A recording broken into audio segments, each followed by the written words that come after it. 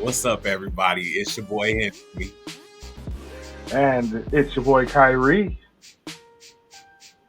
and welcome to What's What? The the point. Oh, all right. No? Ah, Anyway, just moving on.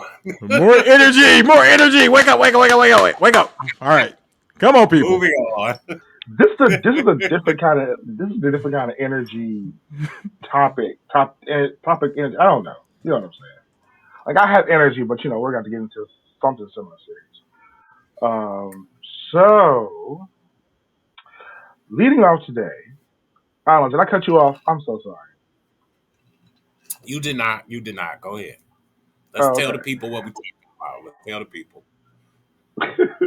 So first of all, hey everybody, how y'all doing? Let's go back.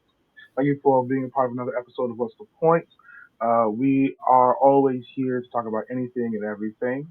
Henry, how are you doing? I'm here. I'm ready. Discussion is open. I'm feeling good. I'm ready to talk. This is going to be a very engaging episode today, you feel like? I feel like it is. I feel like we'll definitely be able to give a double-edged sword on each side because we both have very different Yes. experiences in our life. So, Pre but let's tell. show conversations, would show that.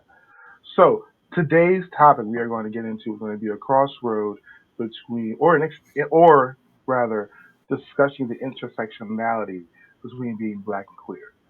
And we're also going to combine that with defining masculinity in the black community. Now, how this came about was open honestly, we were just talking shit and we were looking for a topic to talk about, and this just kind of came about talking about life things. And one of the things that sparked this was I was looking at some stuff online, and we just started having conversations about how we both grew up and started seeing the differences in terms of growing up black and male in the different communities that we lived in. I grew up in a more rough area. I grew up in D.C. Well, not so well between D.C. and PG County, Maryland. So if you know, you know. I'll say Southeast D.C. and PG County, Maryland, to be more precise.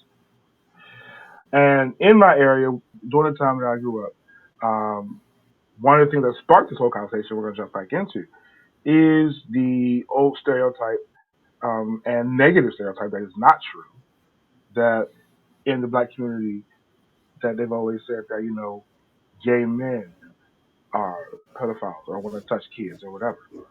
And again, that came from my own personal experiences because I was molested when I was about 13 years old. My uncle, my step uncle, he was on my stepfather's side. You know, I'm not gonna go graphic. I'm not gonna do that. Let's just say he thought I was asleep and took advantage of me in that way, and that's what we want to say about that. So, you know, I'm not gonna sit here and say that's a complete and total lie, but what I will say is that it doesn't matter sexual orientation. If that is there, that is there. And also where it came from in that was the lie that my stepfather told on me, where when I was coming out, he well, this is what he told me. I to this day don't know if it's true because after things that happened to me with his brother, I never went to North Carolina again. And again, that was when I was 13 years old. I'm 42 now, so you can, pretty much see that. But he told them that I was that, which obviously is not true. But it also caused me to not have any kind of relationship with them for fear of what they may believe, have believed, thought of me, or anything like that. Now, all these years later, I know that that's not the case. I don't know that that is to be true. I had discussions and talks, thank God for therapy and things like that. But what it does to you mentally and what it does to the people around you when that is said about you, it can destroy relationships. It can destroy your life. It can make your life very, very difficult. personal experience. My older sister, love her to death, has never had an issue with me watching her children ever. I am to them one of the best uncles in the fucking world. However, another one of my sisters, she has never let me watch her kids. She's never asked me to babysit. She's never in any way wanted me to be around her kids. And that has hurt me and damaged our relationship to this day. Now, I love her dearly and I'll do anything for her or her kids. But to see the difference in my own family right in front of me is something that has caused me a lot of mental stress and pain throughout the course of my life. You know what I mean? The black community does not know how to Oh, get a grip let on me understanding that. Go ahead. can I interject real quick? I just want to Oh, say, by all so means. does your sister that doesn't allow you like to like be alone with her kids or anything, is she holding on to the narrative of what your stepfather put out about you? Is that the reason? Well, she's not that she doesn't allow me to be alone with kids. This was something that was started when they were all very young. Mind you, I haven't lived in Maryland in almost 7 years now. It's 6 years since I've been there. So during that time, and one of the major reasons why then was because her husband had gone through something himself, and I guess they felt that I may trigger something in him, or I do not inherently know.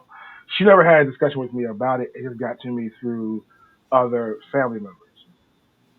Um, but the thing that people don't understand when it comes to being black and gay is that you fight twice as hard. You fight hard being a black man, and you fight hard being a gay man because you are always going to be defending yourself, not just to everyone else, but to your own people on a constant basis. And the struggle and the issues that the straight black people don't always seem to understand encompasses all of us is one of the biggest headaches. And you know, I'm going to cut it right there because I know you want you to talk from your perspective because one of the things that you were saying was that a lot of the things that I talked about in the experiences I had and having to fight all the time and being called a faggot, you know what I'm saying? You know, having my straight counterparts in terms of like my stepbrother, my nephews lying on me and things. I'll get into those as we talk. But I want you to delve into your aspects and what you have found and you're dealing with being a black gay man and like that intersectionality in your life. So I grew born and raised in Detroit. Um, I don't think that where I grew up was any less rough than probably where you grew up. It just happens that my little section of Detroit that I grew up in is which is like Southwest Detroit. Um, it just we kind of grew up in this bubble that like the people in this little area all protected the kids, so we didn't deal with a lot of struggle and strife in that part. I never came out to anybody as a kid, or I wasn't even sure what was going on with me, honestly, till I got to college because those things just weren't in my face. But like the pedophile thing, I have never had that experience where I heard someone call a gay person a pedophile. So when we had that conversation previously, it kind of threw me off. Like nobody has ever said that to me. Like I haven't ever had anyone not want me to be around their kids or feel any way about me. Thank God. But I just sometimes when you and I talk, it just makes me empathize so much with what you went through, and it makes me in essence thank God that I had the childhood that I had because I think it just gave me a different outlook on life. Like did people call me, fag or gay Bob? That was an N word in the 80s and the 90s and things like that back in the day. Every blue moon I did get that. But I think because I went to school with the same kids uh, from like kindergarten to eighth grade. So we all knew each other. We all had a comfort level. And so I didn't really have a lot of that. Maybe like when I first went there, like kindergarten, first, second grade, kids picked on me. But by the time I got to like fourth, fifth, sixth, seventh, eighth grade, we all had such a comfort level with each other that nobody cared how I acted or those things. And then when I went to high school, it was the high school I went to was very gay people friendly. So it wasn't a big issue. Like nobody had issues with that. So I didn't grow up with a lot of negativity around being gay. The negativity I would get would come from TV and the news and movies where What people just what didn't high like it. school you go to? I went to Cass Tech, CT, but um, I just didn't. But then I also had no one who was out in my family.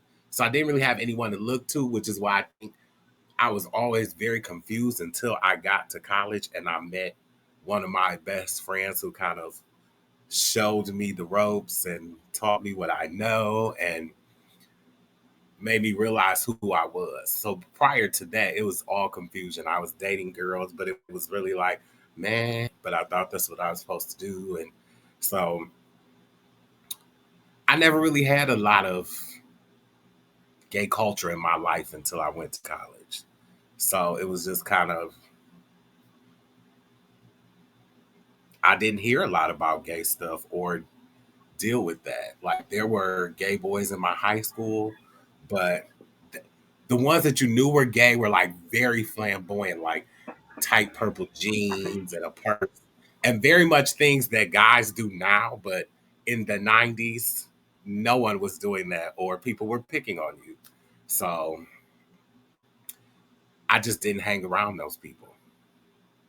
So like It was my experience versus yours is super different in that way. Like I know you said you came out to some people in high school and like that was just yeah. not what I was doing. It wasn't what I was doing. I didn't have anybody to make me even comfortable with exploring that part of me in high school. For me, everything was. I grew up with the quintessential homophobic stepfather. Verbally abusive, physically abusive, mentally abusive. Like he literally at one point tried to blame his affair on me and why he wouldn't be in the house. His son, my stepbrother, brother, whatever, when he was leaving one day, asked him where he was going, and he just flat out, without any thinking, said, "You know, I don't stay in the house with no faggots." Oh wow. I Yeah, I instantly turned around with a knife in my hand and said, "Fuck you." And I was going to go at him because I had gotten tired. I was doing my late 20s when that happened. But I grew up being called all the slurs. You know what I'm saying? A punk, sissy, faggot, all that shit. And what's really messed up is that I have a cousin that's gay as well. He's an amazing person. I love him. Shout out to my cousin Derek. He um, he didn't grow up like me. He didn't come out to his mother. Got my aunt, God rest her soul, love her to death, and he never did. You know what I mean? Got married and everything, and she was never there. Um, and I always wonder how he feels about that. But I know he did what he did for his own survival's sake.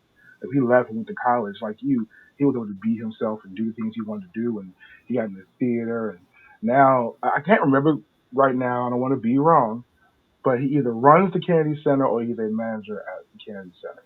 Either way, he's very high up. And to be able to say that Dang. I have family that runs or is a part of a the word company is coming to mind because it's a theater. You know what I'm saying? The Lincoln Center is a theater. So for him to be doing something like that, so amazing. I wish I had been closer to him because I'm musically inclined myself, and that was something that we could have bonded over. But because of how I grew up and the things that were put in me, I strayed away from building a bond with him, and that's time I won't get back. You know what I'm saying? It makes it kind of difficult now, but because I had that influence put in me as that, you're not a man if you don't get pussy. You're not a man if you're not fighting. You're not a man if you're not, in the streets, ripping and running in the streets. Like all these things are what a man was supposed to be that a man was not, you know. So I spent so much time, as I told you, and I'm going to jump into the high school thing really quickly before I say this. I mean, after I say this, excuse me. I was more focused on maintaining a certain level of masculinity and blackness while I lived in Maryland. I did not really start trying to define my gayness and who I was as a gay man and learning that intersectionality until I got here. You know what I mean? If I ever tried to do drag while living there, I would have probably ended up in the hospital. You know what I mean? Here, hmm? I didn't say anything. I'm listening, friend. Oh, here, you know, I was able to have the courage to do it. So for anyone that had anything to say negatively about me doing it, fuck you. Because it's something that lives in me. That's one reason why Kyrie exists. And that's a whole other topic for a whole nother, show. Or not really. Um, as I have stated before, Kyrie is where the girl in me lives. I feel like we all have that masculine and feminine inside of us. I have given her a name. She is Kyrie. I love Kyrie. I also take Kyrie on as a nickname because she is also where my freedom lives, and I love her. You know what I mean? Um, so developing Kyrie was also a very freeing thing for me and helped me mentally. If I had tried to do anything like this living there, I would not be here now because I was not able to find where the two intersected for me. I lived in a world of fear and going into what I was going to say about high school. High school was my safe space. My friends made it okay for me to come out. That's why I came out in high school, but I came out kind of softly as bi. I didn't like girls, but I figured it was easier for people to get that I was bi as opposed to me being flat out gay until my senior year. In which case, my Right. friends, when I tried to come out, were like, "Baby, you gay. We know. We love you. We've been loving you, but we know you're gay. We ain't seen you without that bitch. We ain't seen you with never pick a pussy, nothing." So, like my teachers, what I'm saying, my friends in high school that I made, they gave me the safe space to where I can express myself. I can be gay. Boy girl switch day in high school. I lived. That was my way of doing drag. And my friends ate it the fuck up. And I used to eat all the time. I didn't know how to do makeup, still really don't. But, you Come on, know, Lunel. okay. But I had friends' moms that would give me wigs and give me sports bras and show me how to perk my tits up and all things like that. Like, you know, as any young gay man does during high school, when you have those opportunities, I played them up. Yes, took what I was wearing in a backpack to school and changed at school, you know, because home was not safe for me at all. Like, my bedroom became a prison. Those four walls are where I stayed all the time. Everybody said I was lazy, didn't want to do anything, didn't want to go anywhere. No, my bedroom was where I was the safest fucking place to be. It literally was the safest place for me. You um, and I don't want to make this all about me and those things. I know I've had a lot of stuff go on, but I want to give to you time to kind of give me some type of feedback on what you're hearing. And guys, if you have questions, I want you guys to jump in as well because I want to see what are you getting from what I'm saying right Just for me, like I was saying, like I can only empathize. I can't relate to those moments because that is not my what my reality was. Like, did my dad try to get me to play sports and be more masculine? And absolutely. I think maybe by seventh, eighth grade, he gave up and he just said, my son is, I mean, he didn't say that to me, but I could feel like he was just kind of like, okay, so my son is going to be in plays and the choir. And he just decided to let me do me. And it could have been conversations that he had with my mom, like leave him alone and just let him do him. Because my mom was a big proponent of whatever you want to do, just be good at it. But I don't care what you do, be good and make me proud. And my mom was good. So I never had those moments where I doubted that I could be who I was. And I will say, my dad passed away, and did he know about me? Yes. Did I ever say it to him? No. But I found out because my cousin told my sister, her mother told her about me, and she told her that my dad told her about me. So I know that he knew, but we never ever discussed it. He met guys that I was dating. I would bring them to the house and just say, Dad, this is Joe Blow. And he would say, nice to meet you, blah, blah, blah, and go about his business.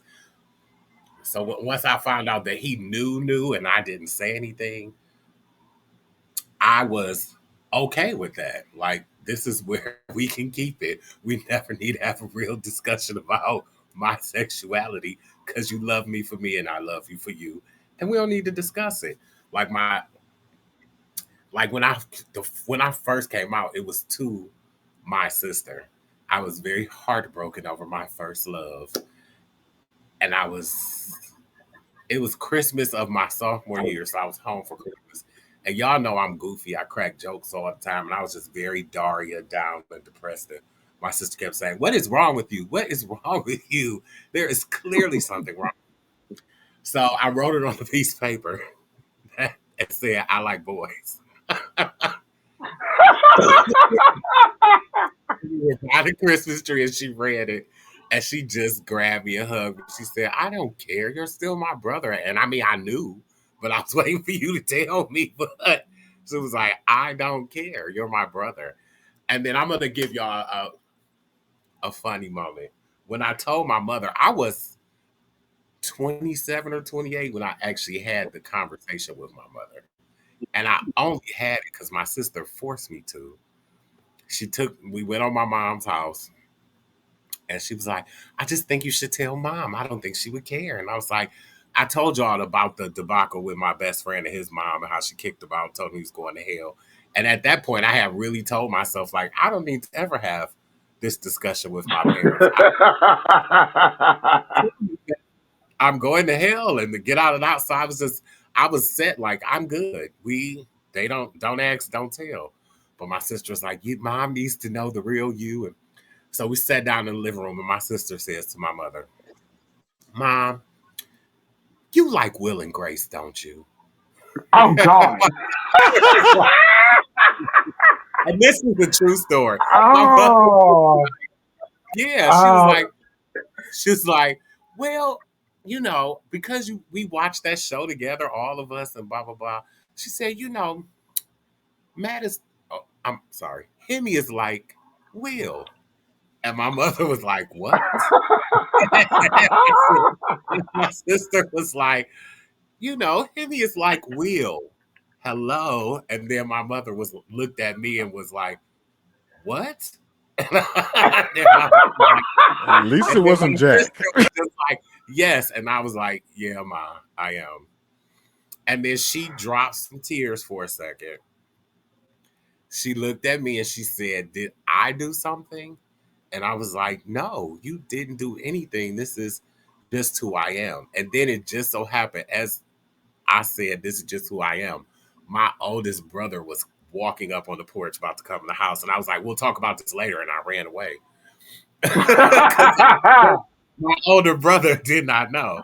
And so maybe like 20 minutes later, my brother left and I was in the kitchen and my mother came up behind me and just hugged me and said, you are my baby. I don't care. I love you. And I need to meet who you're dating. So I had such a blessed experience, like coming out to my mom, and I said I could have done this sooner, but I was so terrified for what my best friend went through that I just had shut down. Like I'm never gonna say anything to them. But from that point forward, my mother wanted to meet whoever I was dating. She would sit down and have conversations with them and what are your intentions for my son? Very embarrassing things, but I appreciated my mom loving me the way that she did and always having my back. May she rest in heaven too. But, Yeah, I can so agree yeah, with I that. had My mom, decent experiences with that stuff. So yeah, my mom was the same way. The biggest fights, a lot of times, not some of the biggest fights, came from the fact that she would not see his point or see his way when it came to me. Um, like she was very much the same, and I don't care if you want to be on stage, play sports, draw, whatever. As long as you're happy, that's all I care about. I really don't care what you those things. My mom raised me to be a more open, artistic, intellectual kid. Like she knew from early on, sports was not my thing. My stepdad put me in football thinking it would toughen me up because when he mentioned wanting to do it, I got angry. I cried. I was upset because that was never me. I'm not. I like certain sports, like we talked about before. You know what I'm saying? But I was never that sports guy to want to go out and do that. You know what I'm saying? But it's funny when you're talking about your coming out story. So I'm gonna share mine. Lord, it was a ride. So like you, my sister, my older sister, is the one who kind of helped usher me through my initial coming out. I was trying to figure out what being gay was because again I didn't know. So from TV and things, how I saw more feminine men, I thought that that really was just what gay was, just being a more feminine guy. And there was this guy Sam at the McDonald's that she and I worked at, it was a part-time job, and I kind of linked in with him. I'm so glad we fell out because that's he's a weird motherfucker, and he liked me, and he was over. I but was all ironically over. you did link up. You two had a moment. No, not that type of way. It wasn't romantic. He tried No, to I make it didn't mean romantic. romantic, but I mean y'all clicked, even though you thought he was weird. Yes, yes, because like he was the only gay friend that I had that was like openly gay, didn't give a fuck, was confident, and yeah, he was femme, but he was cunty as fuck. I ain't gonna hold you. The man was cool. I ain't gonna stop. I ain't gonna stop. He was cool as shit. The only reason why I'm glad that we lost contact was just because I was what was I, like no, I was like 17, 16, 17, and he was in his like early 20s, and he tried to get with me, and I didn't know what kind of men I liked, but I knew I didn't like him that way. So I learned early on that I was not into feminine men early on. I just that was If never you're my bag. watching this, find him and hit him up. I'm just No, baby.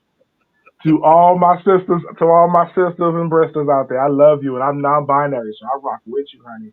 But that's why I don't do feminine because since Kyrie lives in me, I see another man that gives that girl. I'm like, hey, girl. So that's but um, because he and I were friends, she and he was friends with her as well because we all went to the same McDonald's. Like I said, she talked to him about me, and he confirmed to her, "Yeah, your brother is gay." So um, she came to me one evening. I was in my room, and she sat down on the end of my bed and started talking to me and asking me questions. Here's how emotional and nerdy I am. I used now I'm remembering this. This is so bad. Y'all are, okay.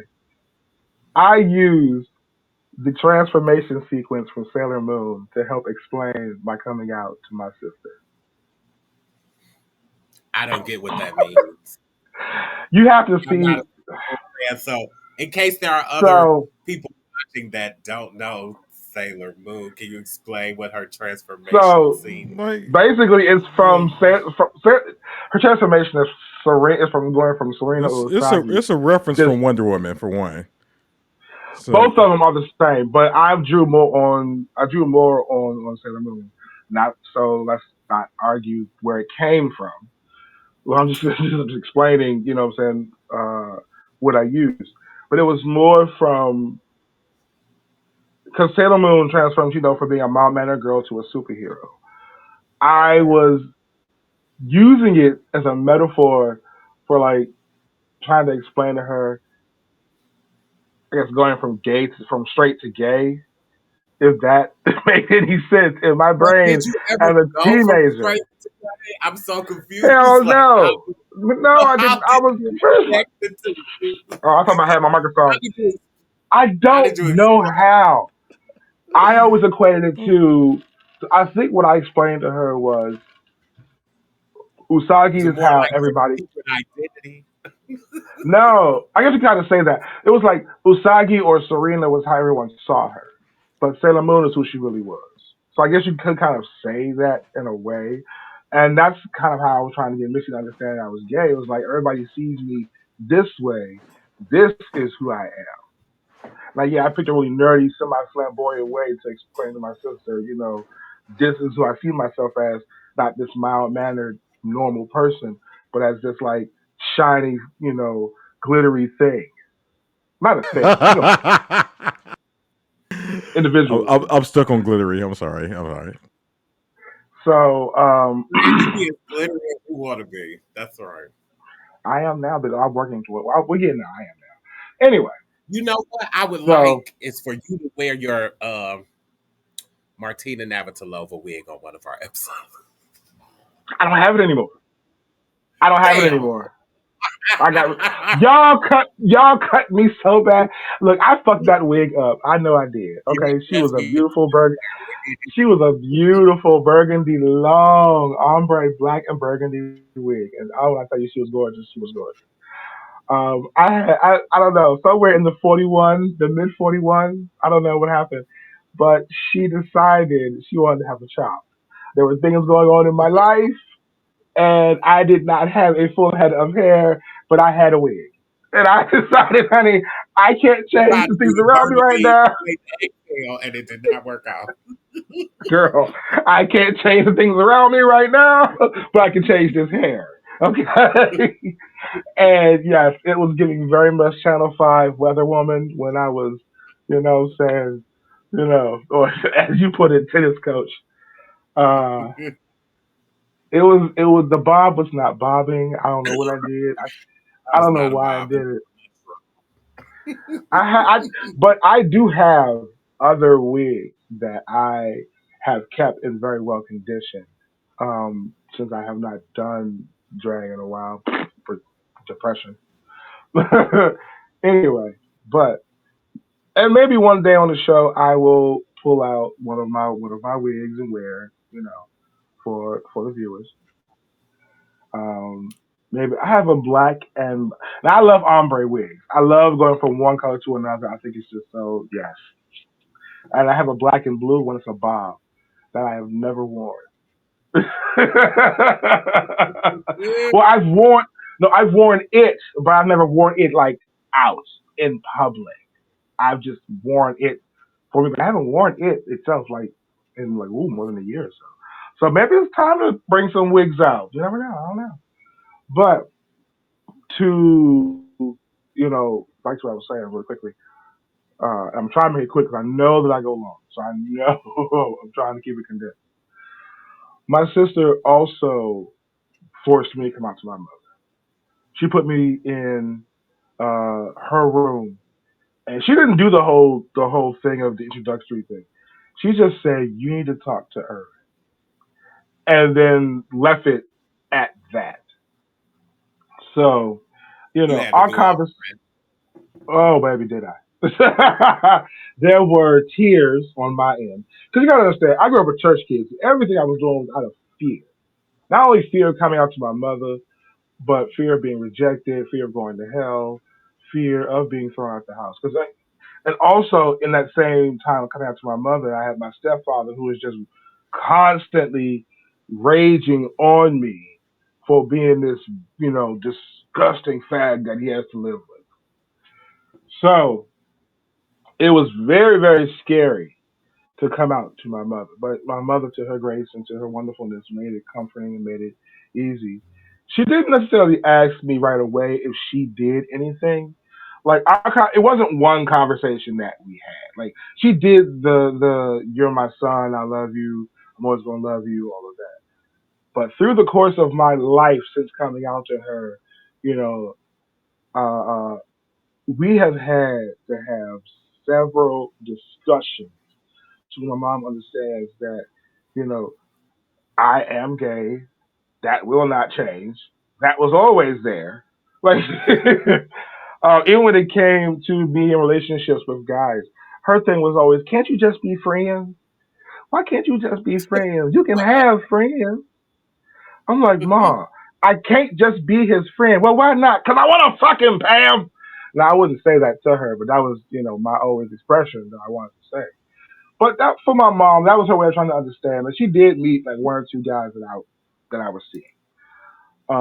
But every time for a long time, it was always the same thing. I think you just be friends with him. And maybe she saw something I didn't see. Maybe she was trying to give me advice. Or But maybe no, maybe she was protecting you, saying he ain't shit, but she didn't want to say that every to you. Like man.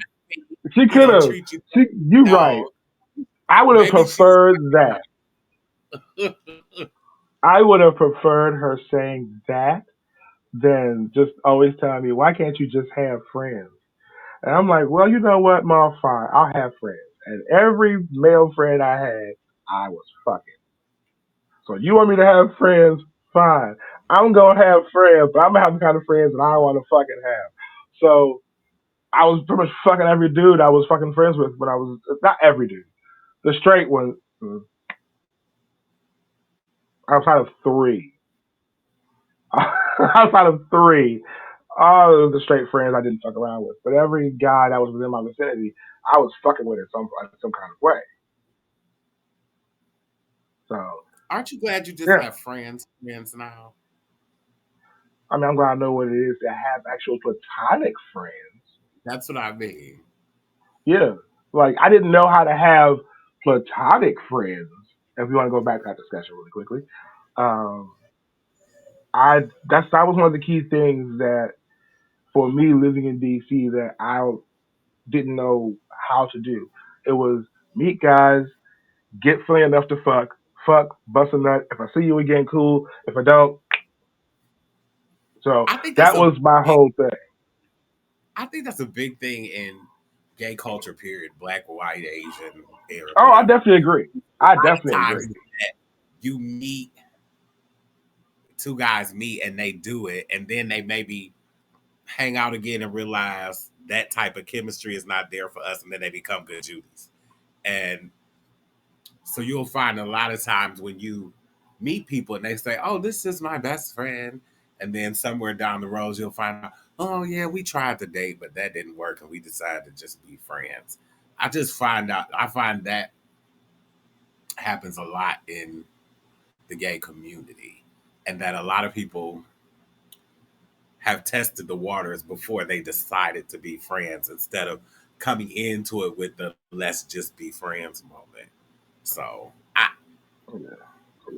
I'm big on not. Have I messed around with people that are not my friends? Absolutely.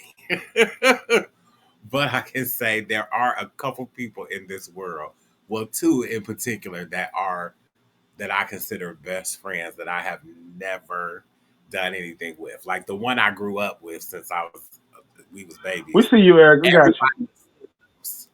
Everybody, y'all experimented with each other. That's how you figured out you were gay. And I'm like, no, that is disgusting. He's literally like my blood brother, and I have never ever looked at him in that way that I thought, let's see what it's like if I. Ugh, no, I just have never saw him in that light, and so it was like I can say I have a couple friends that I've never done anything with. We've always been platonic friends, and that's what will always be. Go ahead. Go ahead, Carnage. You on mute, I think.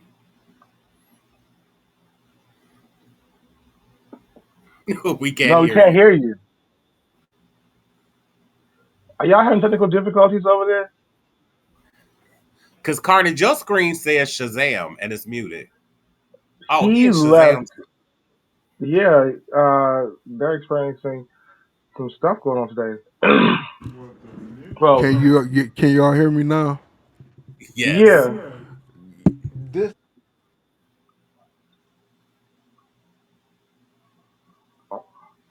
I can't hear you now. So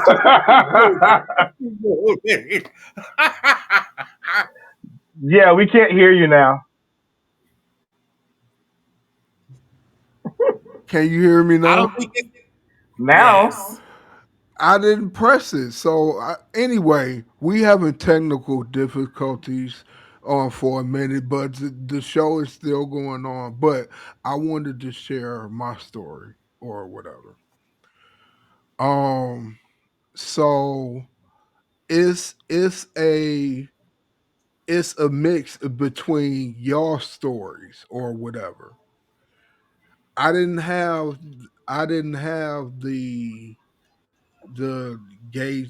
gay terms or whatever that you had or whatever, but I had the you don't have to say it what or whatever. I mean, I know you do, but y- y- there's Let an him get echo it there, out. guys. yeah One of y'all got to.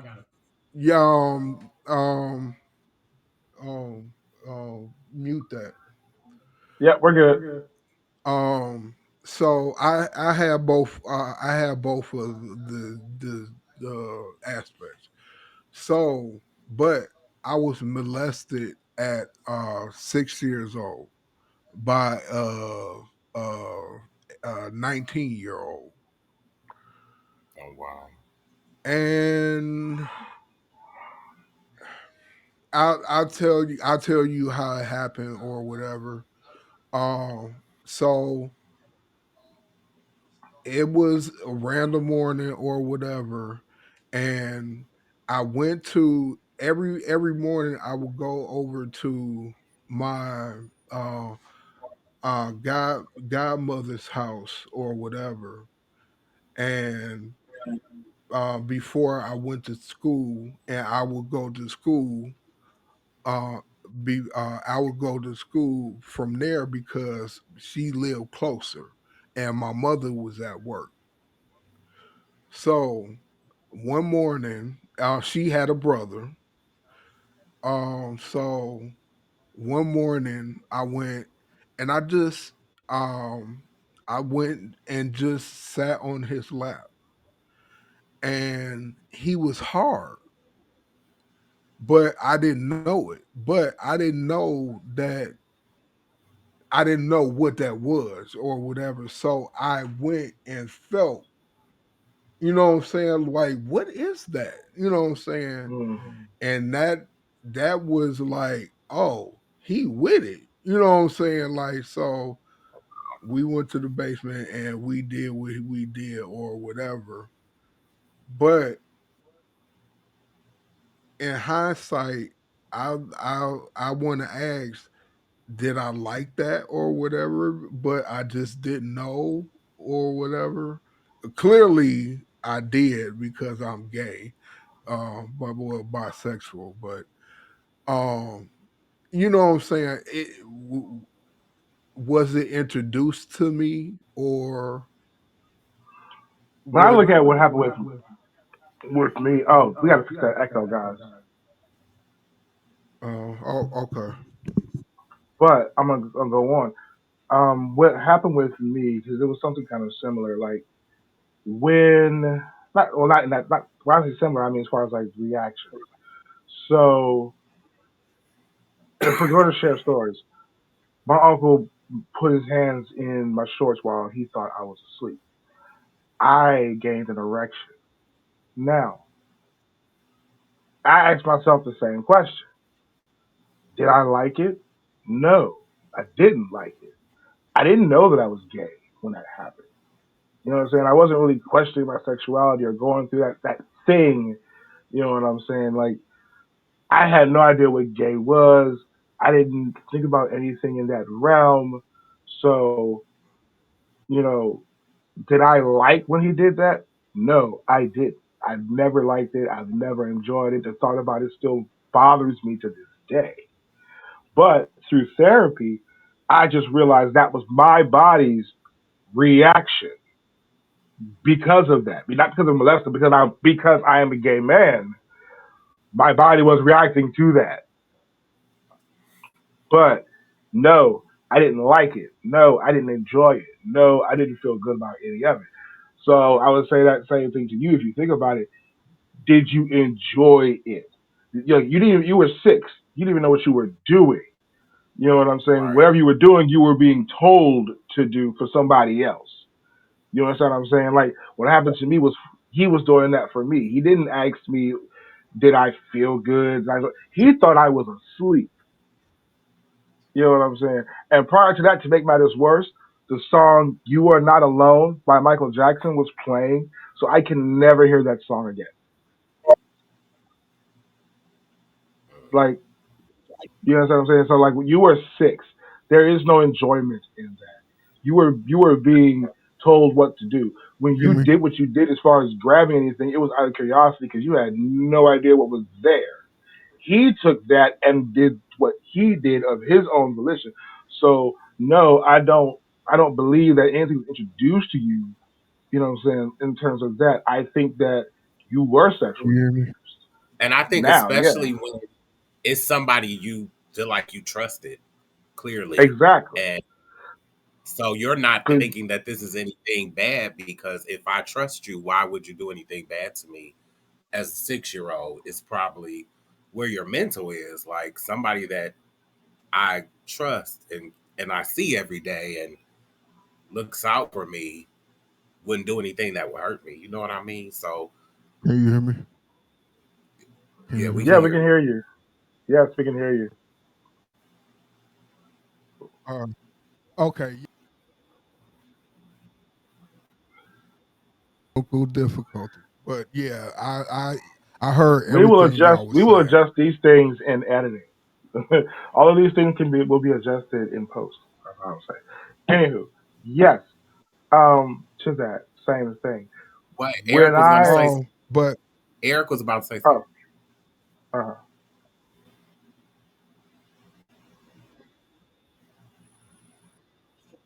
way I was molested. I was molested at 6 years old.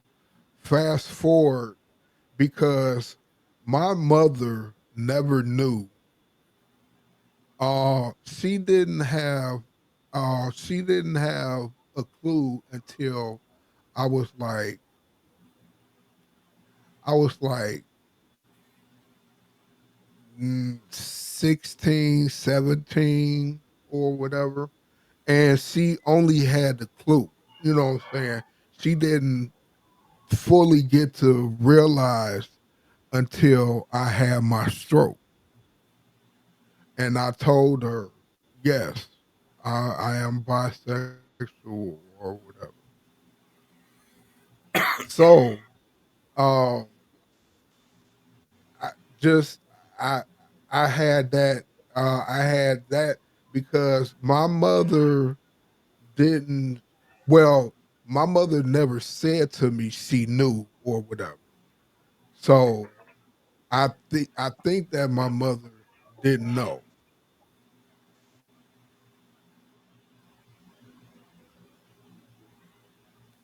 Um shit. I, so I lost my train of thought, but um so let um me see if I can help. Let me y'all see if I can can help you out y'all here. Um, let me throw a question to you. okay. Being that you are more on the masculine side, if you know what I'm saying, if you will, how do you feel like it has been for you walking through the world? Like, You don't show, unlike myself, you know what I'm saying? You don't show any femininity at all. You are a man, man's man, a self-proclaimed thug, all of these things. You know what I'm saying? Is So he? I love to joke and throw that at him. You know what I'm saying? Because if I I, tell him he ain't, I can turn it on.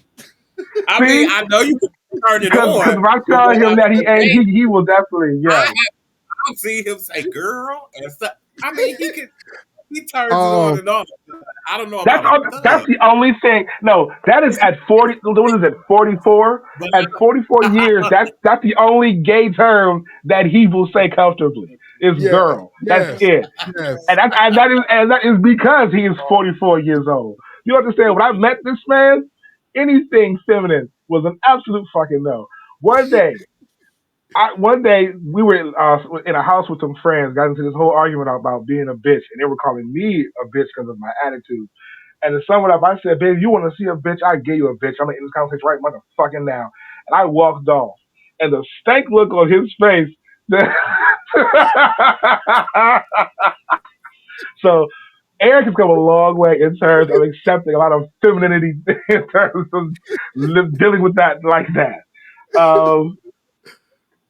So yes, he can turn it. He can give you a little bit of girl now, but that's because girl he don't care now. Oh no, no. That's the answer to the question.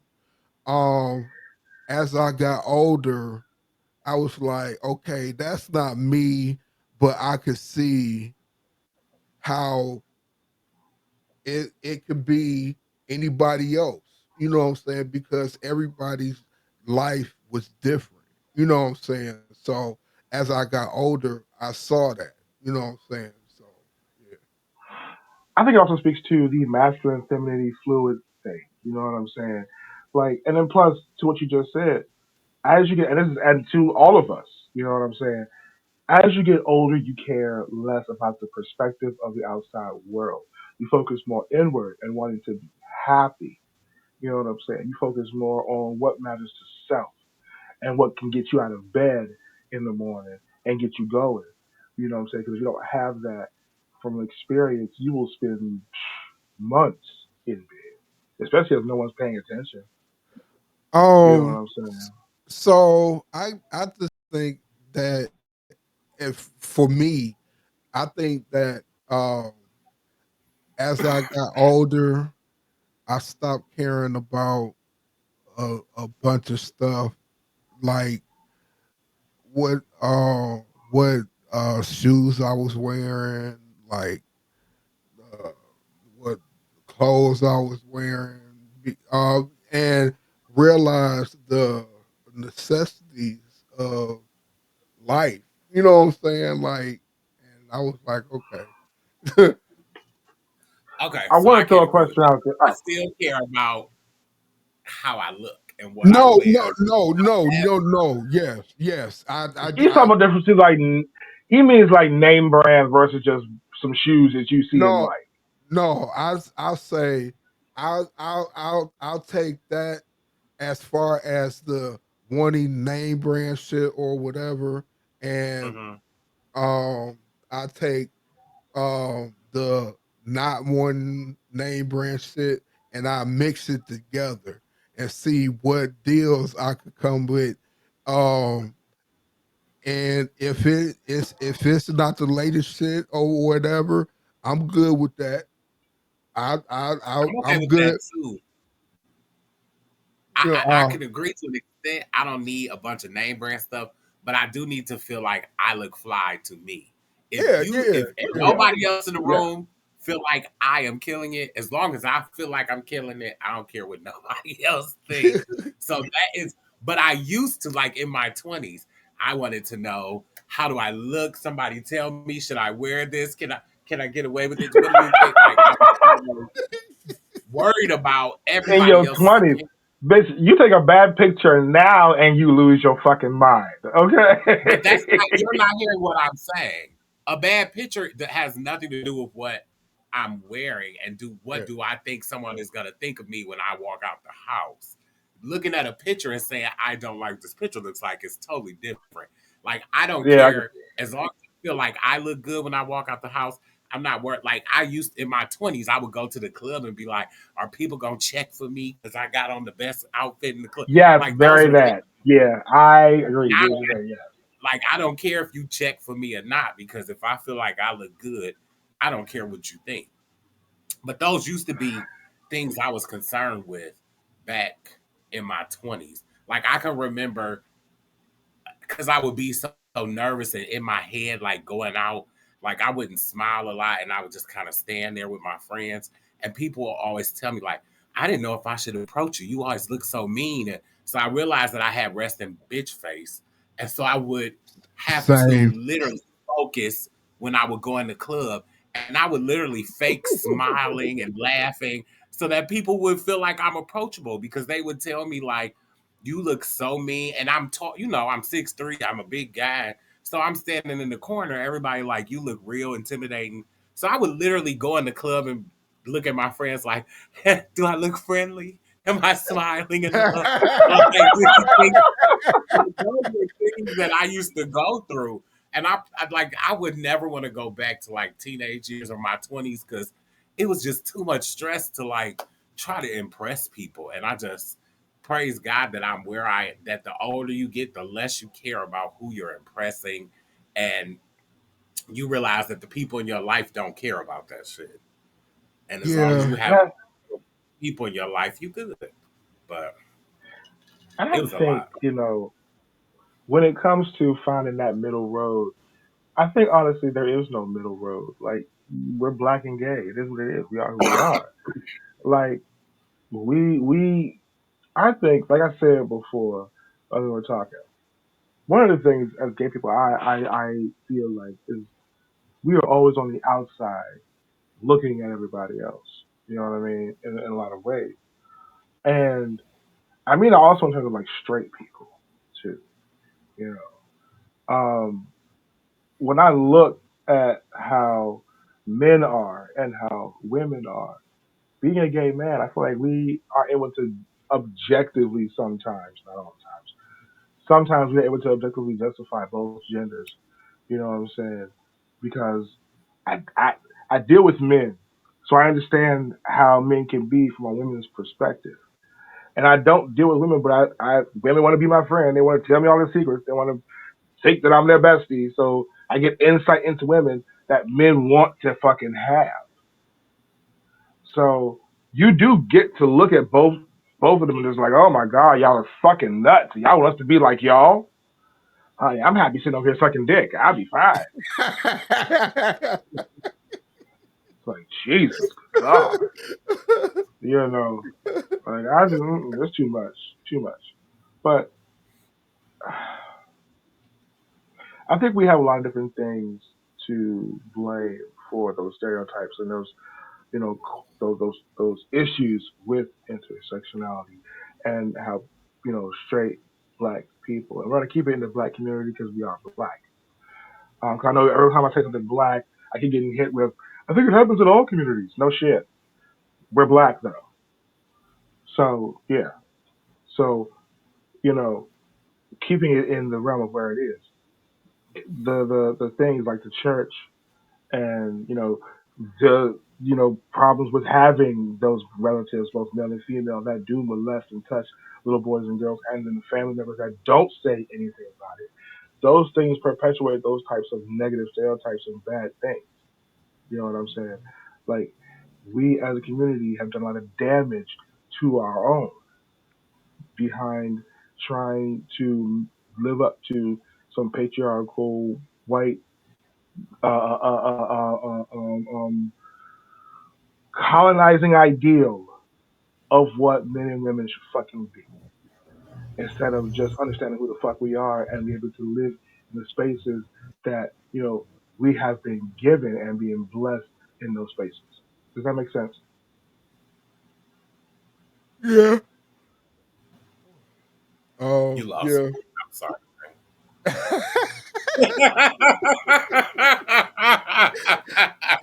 And And I think and I Eric is lying too. but I can't prove it. Wait, what do you think? Oh, Did I get too deep in that moment? I'm so sorry. I It no, went a couple. It went for me. It went down a I'm couple so- different roads, and I no, lost the message. I I'm not think gonna maybe my deepness turned into rambling. I'm sorry. no, Maybe my deepness turned into rambling. I no, don't know. no. I was thinking no. So you were right, Hemi.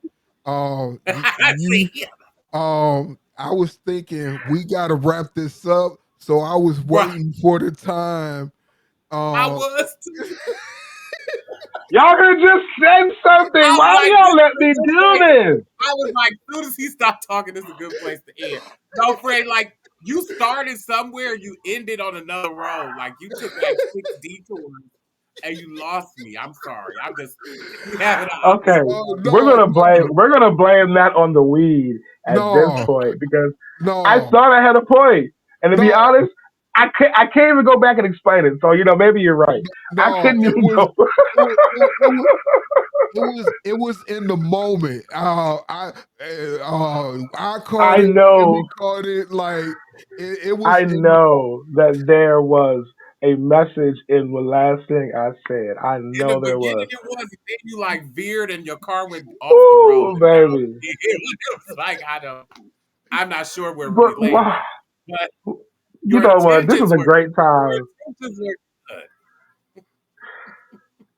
Thank you all so much for watching another episode of What's the Point. This has been an amazing show, and we had a really good discussion today. I think we learned a lot about intersectionality between Black and queerness and defining masculinity. Amy, do you have any closing thoughts and or opinions before we say goodbye to I just want to thank y'all for listening. And I want to let y'all know where y'all can hear the audio for this every Wednesday morning at 11 a.m.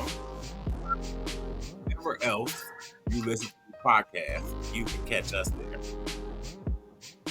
And our guests? Kyrie, let them know it's hot. And you can also watch us every Thursday morning at 11 a.m. on YouTube at What's the Point Pod. We also have our website, what'sthepointpod.com, where you can see who we are. You can listen to our episodes and watch them as well. And also be on the lookout. We do have merch coming soon. So, Hemi, as always, can you please tell our audience what they can do? Stay classy. Bye, y'all. All right, y'all. Twin Nipples, y'all. They got it. Twin Nipples.